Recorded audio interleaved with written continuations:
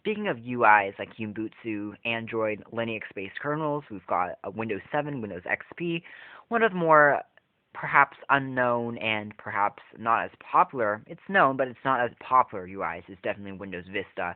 A lot of schools have this. It's a pretty cool UI in terms of design and graphics. It's very similar to Windows 7, and it's got the widgets on the homepage.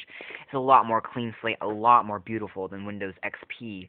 But unfortunately, Windows Vista never hit the mass market, and not a lot of computers have this device installed right out of the driver. And I don't know about you, but Windows Vista was something for I think in technology that really evolved and was really passed over very fast. Um, I remember getting a Windows XP computer and laptop for my personal uses, not for the website, not for reviews. And next thing I knew, I wanted a new laptop, and when I bought it, it was Windows 7. I totally skipped over Vista. I don't even really remember that period of time. So it tells you that Vista was just not a very popular UI. A lot of it's part of security and how it was really easily hackable, how it was also really slow, and the graphics were great, but they consumed a lot of CPU and power, and things that didn't really work out. So Windows 7 was basically Windows Vista upgraded with the same twist and with the same elegance. And of course, now in a few days, we're already seeing Windows 8. We're seeing Microsoft Surface. We're seeing touchscreen UI presented in a great, even more friendly, touch-friendly type of Windows computing. But it's still very much similar to Windows 7. So in a lot of Windows stuff and Windows softwares and UIs that's being released right now, we're just gonna give you a retro look at Windows Vista because I never really got my hands on this, and just going to show you what's inside the box, and we've all seen basically how it looks like.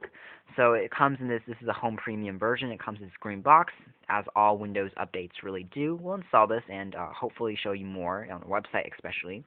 Looks kind of like a book, and it's pretty familiar. People should be. The home premium version, it's not the basic, not the business, or the ultimate version. And if you're a Windows 7 user, which most people are, you'll be really at home in terms of seeing how things are just really similar. It's really different from Windows XP. I remember that it was just a really cool technology because all the tabs, they were invisible. All the themes were the colors and the light schemes were just so much better. They're transparent. They look cool. The Windows logo has been a little bit updated, and we've got Instant Search, like we do on XP. We have Windows Media Center, backup and restore plans. Those are your widgets that we've come to love.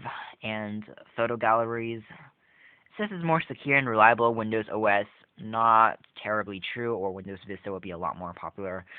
But, it is what it is. Windows Aereo desktop experience, and that's widgets and all these transparency stuff. It's very cool. Yeah, it's just a very cool graphical UI. You can install this pretty easily too. You just need this is a CD version. It's recommended you have 1 GHz processor, but you don't have to. All you really need is these are recommended things, and you can also it's also touch enabled, this version, so you can use a pen or resistive screen or capacitive to touch around. No, I don't see how. Where is the needed stuff? I don't see. Okay, this is the minimum requirements. The minimum requirements uses an 800 megahertz processor, 512 megs of system memory, and that's pretty much all computers these days. 20 gigs hard drive, 15 gigs free space, and a CD-ROM. That's all that's needed. This is back in 2007, 2008, just a few years back.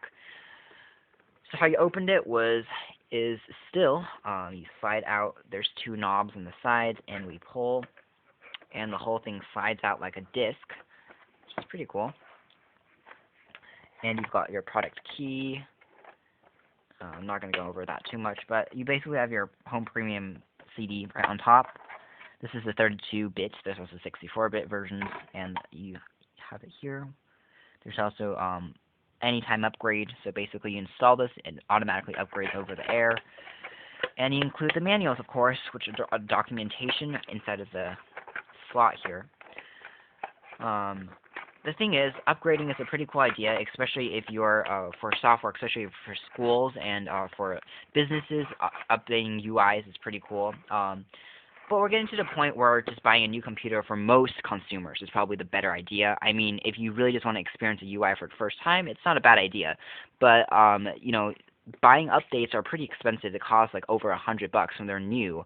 And in this day and age, computers aren't that expensive anymore, especially for lower end ones. So purchasing a brand new software isn't as conventional for some people. But that's just that. There's a free introductory offer for Windows Vista, the official magazine. Wow, never even heard of this. There's a magazine, I guess. Okay, and there's also, of course, the documentation, the Home Premium that we've come to expect. The widgets, it's in full color. We've got computer details. Got a rebate for Live OneCare. It's email and stuff. We've also got a before you begin, what to do, what to do not, and you've got your key on the back of the box, and that's pretty much it. It's basically what you get in Windows Vista, and that's basically the review of what you get in it and why we decided to take a closer look at this device. So we'll have, of course, a larger review posted on our website, a written review about the entire UI, what we think, comparisons with Windows 7, with Windows XP. Thanks for watching here at OS and VTXReviews.com.